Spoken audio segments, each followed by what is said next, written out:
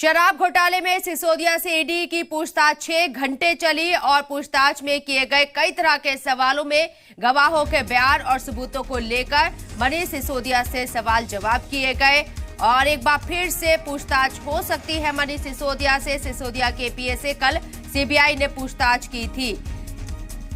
तो आपको बता दें, मनीष सिसोदिया फिलहाल तिहाड़ जेल के अंदर है और तिहाड़ जेल के अंदर ईडी ने उनसे पूछताछ की और ये पूछताछ एक लंबे वक्त तक चली, जिसकी मियाद 6 घंटे बताई जाती है।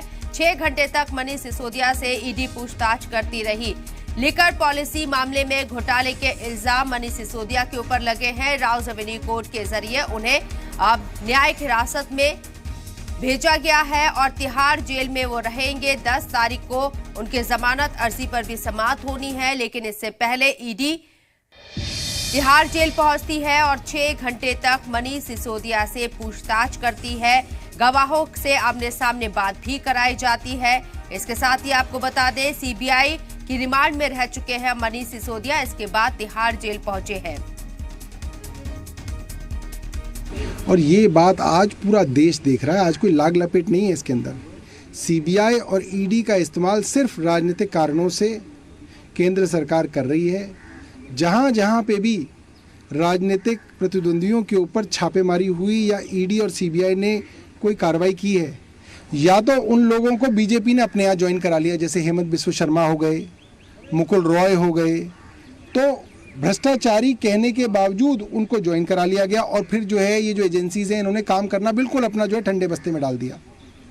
या जो लोग आपके काबू नहीं आए उनके आप पीछे पड़ गए, उनको आप जेल में डाल रहे हैं, उनके घरों में छापे मार रहे हैं, उनको जो है रोज पूछताछ के लिए बुला रहे हैं। कुल मिला के ये है कि आप उनको इतना हैरेस कर रहे हैं कि वो केंद्र सरकार से सवाल करना बंद कर दें।